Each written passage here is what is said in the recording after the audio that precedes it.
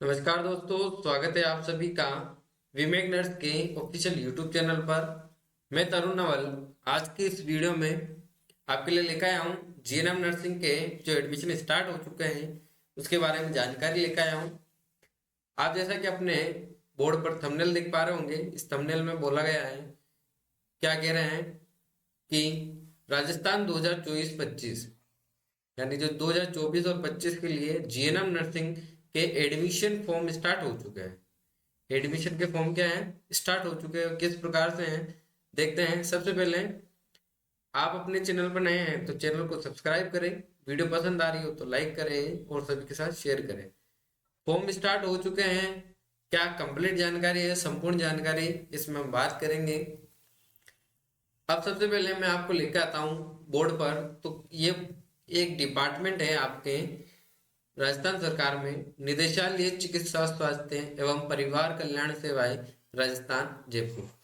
बात क्लियर है। यहाँ पर बताया गया है कि जीएनएम के लिए आपके लिए एक संक्षिप्त विज्ञप्ति निकालनी है। वो क्या विज्ञप्ति है उसके बारे में हम बात करेंगे। सबसे पहले ये बोल रहा है जनरल नर्सिंग एंड मिडवाइफरी प्रशिक्षण सत्र 2024 और 25। प्रशिक्षण सत्र 2024 और 25 की बात करेंगे। पिछली बार जब हमने देखा था तो फॉर्म हमारे लेट स्टार्ट हुए थे, लेकिन इस बार समय से स्टार्ट हो चुके हैं 24-25 के लिए। तो देखना, इसकी आवेदन की जो तारीख दे रखी है 27/12/2024, देख पा रहे होंगे बोर्ड पर 27/12/2024। ये देखिए मैं हाईलाइट कर रहा हूँ। प्रातः 10 बजे से स्टार्ट होगा फॉर्म और 10 जनवरी 2025 के मिडनाइट यानी मध्य रात्रि तक ये फॉर्म चलने वाला है। इसमें जो आवेदन करने वाले कैंडिडेट हैं वो उसकी क्या पात्रता है, क्या योग्यता है, वो हम उसकी बात करेंगे। आवेदन तारीख आप सभी अपने नोट कर लीजिएगा, समय से अपने फॉर्म भर लीजिएगा। जो आवेदन करना चाहता है वो तारीख 27/12/2024 रहने वाली और 10 जनवरी 2025 इसकी लास्ट डेट रहने वाली। ये नोटिफिकेशन डिपार्टमेंट ने आपके लॉन्च किया है। ये क्या कह रहा है इसके बारे में हम बात कर लेते हैं। सबसे पहले एक बार वापस याद करा देता हूँ, 27/12/2024 को आपके फॉर्म ओपन हो जाएगा। ये ओपन होगा, कब होगा? 10 बजे। कब? सुबह 27 तारीख को। और 10 जनवरी 2025 को आपके मिडनाइट मध्य रात्रि तक ये फॉर्म लिया जाएगा। अब जब बात हम शैक्षणिक योग्यता की करते हैं तो उसमें क्या क्या शैक्षणिक योग्यताएं रहने वाली है, क्वालिफिकेशन एजुकेशन क्या रहने वाली है, वो बात करेंगे। ये बोल रहा है कि माध्यमिक शिक्षा बोर्ड राजस्थान अजमेर से अथवा इसके द्वारा जारी अनुदेशिका के अनुसार मान्यता प्राप्त बोर्ड सीनियर सेकेंडरी परीक्षा उत्तीर्ण होनी जरूरी है। इसका क्या मतलब होता है? इसका सीधा सा एक ही मतलब होता है कि बच्चा आपके 12th पास होना चाहिए। क्या होना चाहिए? 12th पास। अब जब आप नोटिफिकेशन पढ़ते हैं तो कई बार क्या होता है कि हमें समझ नहीं आता है, तो इसके लिए मैं आपको एक स्लाइड ले लेता हूँ। स्लाइड पर अच्छे से लिख लिख के बता दूंगा, हम पढ़ते जाएंगे और उस पर क्या करते जाएंगे, मेंशन करते जाएंगे। जैसा कि ये है आपके क्वालिफिकेशन एजुकेशन की बात करें तो सबसे पहले आप 12th पास होने चाहिए। बात क्लियर है। और 12th में भी आप लोग कहोगे कि कोई सर पर्टिकुलर सब्जेक्ट है क्या, तो आप जब नोटिफिकेशन में देखोगे तो यहाँ पर PCB physics chemistry, sorry PCB होगा, पीसीएम नहीं होगा। यहाँ पर प्रायोरिटी आपको देगी। प्रायोरिटी की यदि हम बात करते हैं यानी प्राथमिकता, तो प्राथमिकता आपको बायोलॉजी वालों को, बच्चों को देने वाले हैं। प्राथमिकता की यदि हम बात करें तो ये आपके पीसीबी यानी जिसके फिजिक्स हो, केमिस्ट्री हो और बायोलॉजी हो, ये उन बच्चों के लिए फॉर्म बहुत अच्छा रहने वाला है। ये नर्सिंग एक फील्ड है, उसकी 3 साल का कोर्स होता है। पूरी बात करेंगे, जानकारी में बने रहें। जब तक आप क्या करें, अपने चैनल को शेयर करें, सब्सक्राइब करें, वीडियो पसंद आ रही हो तो लाइक करें। एक तो 12th पास होना चाहिए, बात क्लियर है।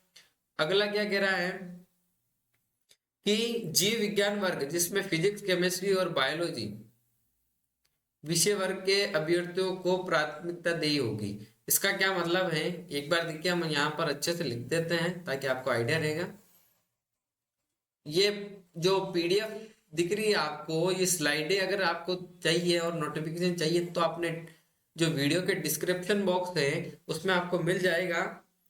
वहां पे एक लिंक मिलेगा पीडीएफ का, तो वो ओपन कर लीजिए, तो वहां से आप डाउनलोड कर सकते हैं। सबसे पहले 12th पास, 12th पास में भी क्या होना चाहिए, पीसीबी, ये समझो, ठीक है। अब यहाँ इसके आगे स्टार लगा दो, क्यों, क्योंकि ये क्या होगी, प्रायोरिटी के अंदर होगी, प्रायोरिटी के अंदर होगी, बात क्लियर है।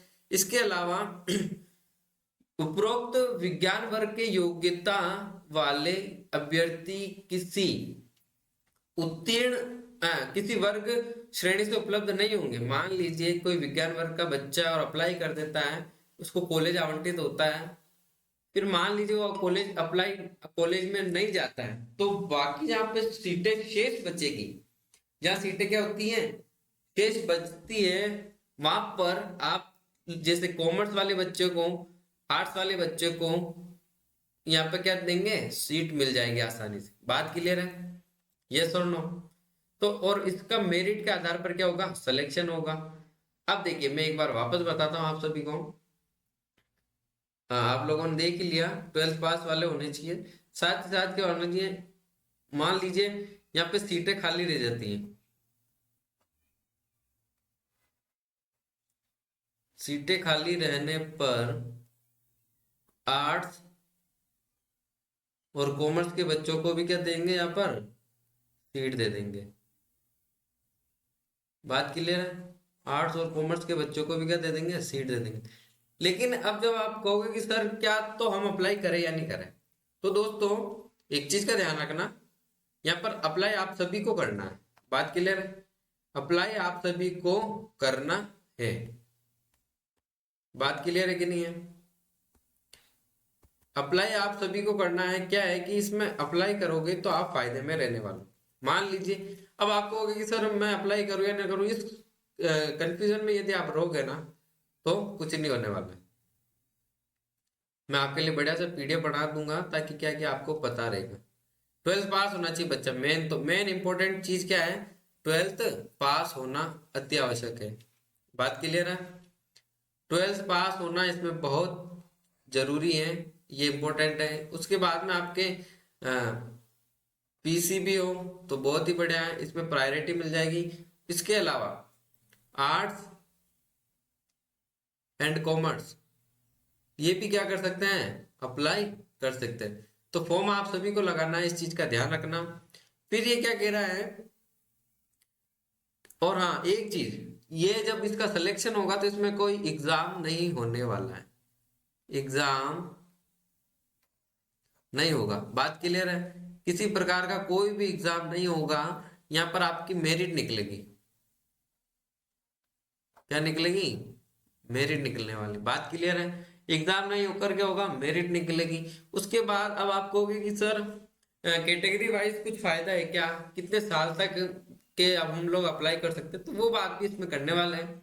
क्या कह रहा है कि सामान्य व पिछड़ा वर्ग के अभ्यर्थियों के लिए 40% एवं अनुसूचित जनजाति वर्ग के अभ्यर्थियों के लिए 35% क्या होगा, न्यूनतम प्राप्तांक अंक होना बहुत जरूरी है। क्या कह रहा है, देखना है यहाँ पे, समझने की कोशिश करना आप लोग। ये कह रहा है कि मान लीजिए जनरल, ओबीसी, ये इन कैटेगरी वाले बच्चों के लिए कम से कम 12वीं के अंदर कितने परसेंटेज होने चाहिए, जनरल ओबीसी के लिए कम से कम 12वीं के अंदर 40% न्यूनतम अंक प्राप्त होना बहुत जरूरी है। बात क्लियर है। और जब एससी और एसटी की बात करें तो इनके लिए कम से कम न्यूनतम अंक 35% होना अनिवार्य है। बात क्लियर है। अब ये कह रहा है कि ठीक है, न्यूनतम अंक तालिकाओं की प्रति यदि पूरक परीक्षा से उत्तीर्ण की हो तो दोनों परीक्षाएं मुख्य, ठीक है। एक चीज का ध्यान रखना, मान लीजिए आप 12वीं के अंदर फेल हो जाते हैं, फिर वापस एग्जाम देख के क्या हो जाते हैं, पास। तो इस केस में आपकी दोनों क्या लगेगी, मार्कशीट लगने वाली है। ये दोनों क्या करेंगे, अपलोड करना है। जब भी आप फॉर्म भराओ तो वहां ध्यान रखना, ये मित्र वालों को ये बात जरूर कहना कि भैया मेरा ये जरूर अपलोड करें, क्योंकि ये मित्र वालों को इस चीज की नॉलेज नहीं होती है, वो केवल अपने फॉर्म भरने से मतलब रखता है। ठीक है, कैटेगरी का आपको समझ में आ गया। 12th पास होना जरूरी है, यहाँ पे देखो 12th पास बहुत जरूरी है। पीसीपी है तो आपको बहुत अच्छा फायदा मिलने वाला है। साथ ही साथ आर्ट्स और कॉमर्स वाले भी क्या कर सकते हैं, अप्लाई कर सकते हैं। यहाँ पर जनरल के अंदर आपको 40% न्यूनतम अंक होना चाहिए, SC ST के अंदर आपको 35% होना चाहिए। और मान लीजिए 12th में आप फेल हो गए और फिर पास होते हो तो दोनों मार्कशीट आपको लगानी है। यहाँ तक बात क्लियर है। अब उम्र की यदि हम बात करें तो 31 जनवरी 2024 को न्यूनतम कितने वर्ष का होना चाहिए, 17 वर्ष का आप हो जाना चाहिए, और अधिकतम 28 वर्ष होना चाहिए। ये किसके लिए, पुरुषों के लिए। बात क्लियर है, बात क्लियर है कि नहीं है, देखना वापस बता देता हूं यहाँ पर। ये क्लियर हो गया। अब एक बार मैं इसको डिलीट कर देता हूँ। भाई ये आपके वीडियो के लिए समझाने के लिए है ना, तो वीडियो में समझने के लिए यहाँ तक बात क्लियर है। अब मैं इसको डिलीट कर देता हूँ। अब मैं आपको वापस समझा देता हूँ। पुरुषों के लिए,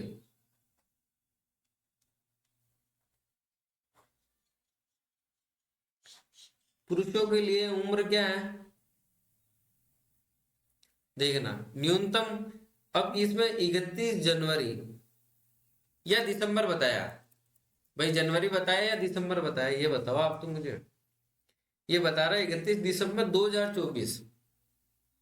तो कोई बात नहीं, यहाँ पर आप एक चीज ध्यान रखना, 31 दिसंबर 2024 को आप कितने वर्ष के हो जाने चाहिए, 17 वर्ष। 17 साल आपकी कंप्लीट हो जानी चाहिए। ये कम से कम 17 साल है, और अधिकतम पुरुषों के लिए कितने, 28 साल है या 27, 27 साल है। भाई 27 साल है, ये देख लो यहाँ पे बताया, सॉरी 28 साल है, 28 साल है, कम से कम 17 वर्ष और अधिकतम 28 वर्ष। इस चीज का ध्यान रखना। अब महिलाओं की यदि हम बात करें,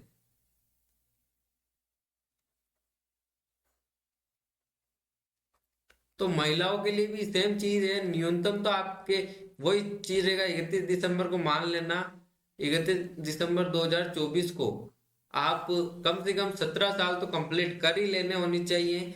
उसके बाद अधिकतम आपके लिए क्या रखा गया है वो मैं बता देता हूँ नोटिफिकेशन में से देख के। अधिकतम आप लोगों के लिए 35 वर्ष बताया गया। कितने वर्ष, 35 वर्ष। भाई 35 वर्ष बताया गया यहाँ पर, सॉरी ये तो आपके स्थायी कार्मिक लोगों के लिए, अपन यहाँ पे थे। तो न्यूनतम 17 वर्ष और अधिकतम 34 वर्ष की महिलाएं क्या होनी चाहिए, हो जानी चाहिए। कब हो जानी चाहिए, 31 दिसंबर 2024 को। बात क्लियर है। तो यहाँ पर आपके कितने हो गए, अधिकतम क्या है, 34 वर्ष।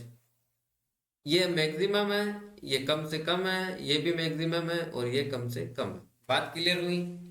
भाई पुरुषों के लिए 31 दिसंबर 2024 को आप 17 साल के यदि हो जाते हो तो आप इसके लिए क्या हो, एलिजिबल हो। और 28 साल कंप्लीट कर चुके हो तो भी एलिजिबल हो। 28 साल एक दिन भी अगर होता है तो आप इसके लिए एलिजिबल नहीं माने जाओ। सेम यही केस महिलाओं के लिए नजर आएगा। महिलाओं में क्या होगा, 31 दिसंबर 2024 को आप 17 साल कंप्लीट हो जाने चाहिए, और यदि आप 34 साल के हों तो भी कोई दिक्कत वाली बात नहीं है। यदि एक दिन भी ऊपर नीचे होता है तो वहां आपको प्रायोरिटी से बाहर निकाल दिया जाएगा। फिर आप लोग ये नहीं कह सकते कि सर ये किस प्रकार हुआ। बात क्लियर है। अब यदि हम बात करें कुछ अलग श्रेणी, अलग कैटेगरी लोगों की, जिसमें क्या है, अनुसूचित जाति व जनजाति अन्य पिछड़ा वर्ग के अभ्यर्थियों को अधिकतम आयु सीमा में 5 वर्ष की क्या दे रखी है, छूट दे रखी है। क्या क्या कह रहा है, SC होना चाहिए, एक तो ST होना चाहिए, और एक OBC के लिए, इनके लिए 5 ईयर का, 5 साल की क्या है, छूट है, रिलैक्सेशन है। बात क्लियर है, देख लो क्लियर इंस्ट्रक्शन दे रखा है। यहाँ पर हम बात करते हैं, जब देख लो, एक तो अनुसूचित जाति, एससी हो गया, एक आपके एसटी हो गया, और एक आपके ओबीसी अदर बैकवर्ड क्लास के लोगों के लिए कम से कम 5 साल की छूट दे रखी है।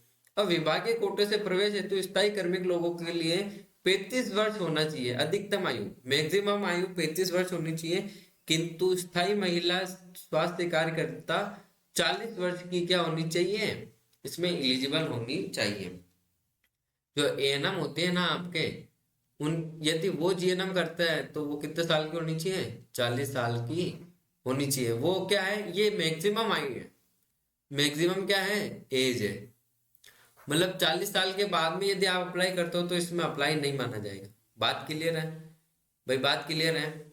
देखना एक बार, मान लो आप एएनएम हो और अब आप जीएनएम में करना चाहते हो, तो आपको मैक्सिमम एज कितनी दे रखी है, 40 वर्ष। 40 वर्ष, 40 वर्ष के बाद आप इसमें यदि होते हो तो अप्लाई नहीं कर पाओगे। इस चीज का क्लियर ध्यान रखना दोस्तों, 40 साल के बाद इसमें आप अप्लाई नहीं कर पाओगे। और विभागीय कोटे में प्रवेश हेतु कार्मिक अभ्यर्थियों की अधिकतम आयु कितनी होनी चाहिए, 35 वर्ष होनी चाहिए। अब जब हम बात करते हैं आरक्षण की, तो यहाँ पर आरक्षण की यदि हम बात करें तो आरक्षण में क्या होगा, देखना आप लोग। आरक्षण में कह रहा है कि विभाग के पत्र क्रमांक, ये एक पत्र क्रमांक के जो दिनांक के अनुसार अति पिछड़ा वर्ग को 5%, 5% एवं आर्थिक रूप से कमजोर वर्ग के यानी ईडब्ल्यूएस वाले कैटेगरी है जो हैंडीकैप्ड है इस प्रकार के, तो उनको 10% का क्या है भाई, क्या है, अनुसार आरक्षण है। इनके अनुसार क्या है, आरक्षण है। और इनके लिए नवीनतम प्रमाण पत्र क्या करना है, संकलन करना है। मान लो कोई हैंडीकैप्ड है तो उनको जो नया प्रमाण पत्र है, सर्टिफिकेट है, डिसेबिलिटी सर्टिफिकेट है, वो लगाना है। और अनुसूचित खंडों के स्थानीय अनुसूचित जनजातियों एवं अनुसूचित जातियों के अभ्यर्थियों को विस्तृत विज्ञप्ति के अनुसार आरक्षण दे होगा। प्रशिक्षण में आरक्षित वर्गों को राज्य सरकार के नियम अनुसार आरक्षण का लाभ मिलेगा। अब इसकी एक विस्तृत विज्ञप्ति है, यदि वो आपको चाहिए तो कमेंट बॉक्स में कमेंट करें। और अधिक जानकारी के लिए आप राज्य स्वास्थ्य की ऑफिशियल वेबसाइट पर जाकर अवलोकन कर सकते हैं। अब ये चीजें आपको समझ में आ गई होगी आरक्षण की। भाई आरक्षण में ईडब्ल्यूएस वालों को 10% की छूट है, और अति पिछड़ा वर्ग के इनको 5% की छूट है। साथ ही साथ ईडब्ल्यूएस वालों को क्या करना है, अपना नवीनतम क्या है, प्रमाण पत्र संकलन करना। अब सीटों की संख्या की यदि हम बात करें तो कुल सीटों की संख्या, संस्थाओं की संख्या परिवर्तनीय है, चेंजेस है। राजकीय और निजी नर्सिंग स्कूलों की सूची है, उसमें प्रवेश हेतु निर्धारित सीटों की संख्या काउंसलिंग से पूर्व विभागीय वेबसाइट पर क्या कर दी जाएगी, अपलोड कर दी जाएगी, उपलब्ध करवा दी जाएगी। जब आपकी काउंसलिंग होगी तो काउंसलिंग से पहले जीएनएम जो पोर्टल है उस पर आपको सीटों के बारे में जानकारी दे देंगे। ठीक है, अब ये कह रहा है महिला पुरुष अभ्यर्थियों की सीटों की संख्याओं का अनुपात, इसमें 80-20 का रेशियो होता है। ये हर साल चला आता है। मान लीजिए जहाँ 100 बच्चों की सीट है वहां 80 लड़कियां होगी और 20 बॉयज होंगे। इस बात का क्लियर ध्यान रखना, यानी लड़कियों को क्या आसानी से सीट मिल जाती। राज्य सरकार द्वारा निर्धारित मापदंडों के अनुसार सभी राजकीय और निजी नर्सिंग स्कूलों में महिला व पुरुष अभ्यर्थियों में प्रवेश चयन का अनुपात 20 अनुपात होगा। इस चीज का ध्यान रखना। किसी वर्ग में महिला अभ्यर्थी उपलब्ध नहीं होने पर उसी वर्ग के पुरुष अभ्यर्थियों से सीटें भरवा दी जाएगी। ध्यान रखना, किसी वर्ग में महिला अभ्यर्थी उपलब्ध नहीं होने पर उसी वर्ग के, भाई उसी कैटेगरी की, मान लो एससी की लड़की है और वो सीट नहीं लेती तो वो सीट एससी के क्या हो जाएगी, बॉय की हो जाएगी। ये चीज का भी ध्यान रखना, बहुत इंपॉर्टेंट चीज है। अब पाठ्यक्रम की यदि हम बात करें तो पाठ्यक्रम आपके 3 साल 6 महीने का होता है, जिसमें 3 वर्ष तो आपके प्रशिक्षण होता है और 6 महीने की क्या होती है, इंटर्नशिप होती है। अब जीएनएम प्रशिक्षण की अवधि चिकित्सा और स्वास्थ्य विभाग में कार्यरत स्थायी कर्मियों के लिए भी 3 वर्ष निर्धारित है। बात क्लियर है। फीस की यदि हम बात करें तो राजकीय प्रशिक्षण फीस वार्षिक 10,500 रुपये तो गवर्नमेंट कॉलेज में बॉयज, जनरल, ओबीसी और क्रीमियर लेयर कैंडिडेट के लिए होती है, हर साल होती है। और 4,200 रुपये SC ST MBC EWS non क्रीमियर creamy layer OBC and female candidate के लिए होती है हर साल। और प्राइवेट में आपके 66,000 रुपये प्रति वर्ष लगेगी। और इसमें काउंसलिंग फीस इस बार 500 रुपये रखी है, जो कि नॉन रिफंडेबल होगी। 500 रुपये आपकी काउंसलिंग फीस होगी, जो कि क्या होगी, वापस आपको रिफंड नहीं होगी। बात क्लियर है। अब चयन प्रक्रिया की यदि हम बात करें तो सिलेक्शन किस प्रकार होने वाला है देखना। अभ्यर्थी द्वारा ऑनलाइन आवेदन करने के पश्चात विभाग द्वारा तैयार की गई राज्य स्तरीय एवं जिला स्तरीय मेरिट के आधार पर ऑनलाइन काउंसलिंग के पश्चात योग्य पाए गए अभ्यर्थियों को उनके विकल्पानुसार प्रशिक्षण केंद्रों में रिक्त सीटों पर वरीयता अनुसार प्रशिक्षण केंद्र आवंटन किया जाएगा। इसमें राज्य और डिस्ट्रिक्ट दोनों के आधार पर एक मेरिट लिस्ट तैयार की जाएगी। वहां पर आप जो काउंसलिंग करते समय जो कॉलेज भरते हैं प्रायोरिटी के अनुसार, प्राथमिकता के अनुसार, तो वहां पर आपको क्या मिलेगा, कॉलेज अलॉट हो जाएगा। अब इसमें आवेदन शुल्क की यदि हम बात करें तो सामान्य, अन्य पिछड़ा वर्ग, अति पिछड़ा वर्ग एवं आर्थिक रूप से कमजोर वर्ग के अभ्यर्थियों को 220 रुपए तथा अनुसूचित जाति एवं जनजाति के अभ्यर्थियों को 110 रुपए की फीस ई मित्रा फीस के साथ या CSC नेटवर्क से जमा करवा सकते हैं। उक्त शुल्क पेमेंट गेटवे के माध्यम से भी जमा करवा सकते हैं, यानी आप नेट बैंकिंग वगैरह का यूज करके भी क्या कर लोगे, इसका पेमेंट कर सकते हो। बात क्लियर है। इस बार आपकी इसमें फीस रखी गई है, पिछले साल फीस नहीं थी। वापस ध्यान रखना, SC ST के लिए 110 रुपए का शुल्क है। उसी के साथ 220 रुपए किसके लिए हैं, एक तो सामान्य यानी जनरल कैटेगरी, अन्य पिछड़ा वर्ग, अति पिछड़ा वर्ग एवं आर्थिक रूप से कमजोर अभ्यर्थियों के लिए 220 रुपए है, तथा अनुसूचित जाति एवं अनुसूचित जनजाति के लिए 110 रुपए रखे गए। इसमें बॉयज और गर्ल्स के लिए अलग अलग कुछ भी नहीं है, ये अपनी कैटेगरी को देख के क्या होगा। आवेदन पत्र की यदि हम बात करें तो आवेदन पत्र ई मित्र CSC नेटवर्क पर विभाग की वेबसाइट के माध्यम से भरा जाएगा। इसमें आप SOSO के अंदर देखोगे तो SOSO के अंदर एक GNM पोर्टल होगा, वहां पर जाकर आप अपना फॉर्म भर सकते हैं। विस्तृत विज्ञप्ति के लिए www.rajasthan.nic.in पर उपलब्ध है। यदि आप चाहते हो तो मैं आपको एक बार दिखा सकता हूं। और वीडियो पसंद आ रही हो तो लाइक करना। क्या बात क्लियर है। आप इस PDF को डिस्क्रिप्शन बॉक्स में से डाउनलोड कर लेना। डाउनलोड का आपको लिंक मिल जाएगा, वहां से लिंक को कॉपी करके या डाउनलोड कर सकते हैं डायरेक्टली। तो वहां पर ये आपको कंप्लीट क्या मिल जाएगा, नोटिफिकेशन मिल जाएगा। और अपना एक चैनल और है स्टडी विद TN सर करके, जिसमें मैं बच्चों को मैथमेटिक्स पढ़ाता हूँ। मैं खुद GNM स्टूडेंट हूँ। यहाँ पर देखना, मैंने त्रिकोणमिति की कुछ क्लासेस रिकॉर्ड की थी जो कि काफ़ी यूट्यूब पर चली है। तो आप लोग वहाँ पे जाकर अपने चैनल को सब्सक्राइब करना, सपोर्ट करना। ये वीडियो देख सकते हो, त्रिकोणमिति की हर जगह मतलब अच्छा अपना चैनल पर चल रही है। तो वहां जाकर आप इसको सब्सक्राइब कर सकते हैं, अपने चैनल को सपोर्ट कर सकते हैं। साथ ही साथ वी मेक नर्स के चैनल को भी क्या करना, आपको सपोर्ट करते रहना है, सपोर्ट करते रहना। बात क्लियर है। अब यहाँ तक बात क्लियर होने के बाद हम लोग क्या कर सकते हैं भाई, क्या कर सकते हैं, ये मैं इस छोटी सी वीडियो में आपको कंप्लीट समझाने का प्रयास करूंगा। और विस्तृत विज्ञप्ति के लिए मैं आपको डिस्क्रिप्शन बॉक्स में लिंक दे दूंगा। इस वीडियो को मैं यही खत्म करता हूँ। यदि किसी को कोई डाउट रहता है किसी चीज को लेकर तो मुझे कमेंट बॉक्स में कमेंट करें, मैं आपकी जरूर हेल्प करूंगा, इनडायरेक्टली या डायरेक्टली दोनों ही तरह से। और जब फॉर्म भरने की कुछ भी जानकारी होगी तो अपने चैनल पर वीडियो जरूर अपलोड होगी, किस प्रकार अपलोड करवानी है, आपको क्या क्या डॉक्यूमेंट अपलोड करने हैं। दूसरी बात, जब कैसे फॉर्म भरना है, ई मित्र वालों के भरोसे कभी भी अपने आप को मत छोड़ना, क्योंकि यदि आपको एडमिशन लेना ही है तो अपने चैनल पर मैं आपको स्टेप बाय स्टेप सारी चीज़ों को गाइडेंस दूंगा, पूरा बताऊंगा। अगली वीडियो, एक छोटी वीडियो में मैं वापस इसके बारे में चर्चा करने वाला हूँ। आप लोगों के लिए जो विस्तृत विज्ञप्ति है जिसमें एक एक चीज बता गई है, उसमें से मैं इंपॉर्टेंट निकाल कर सभी बातों के जानकारी दूंगा। मिलते हैं एक नई वीडियो के साथ, जब तक जय हिंद, वंदे मातरम। चैनल को जरूर सब्सक्राइब करें और सभी के साथ शेयर करें। धन्यवाद।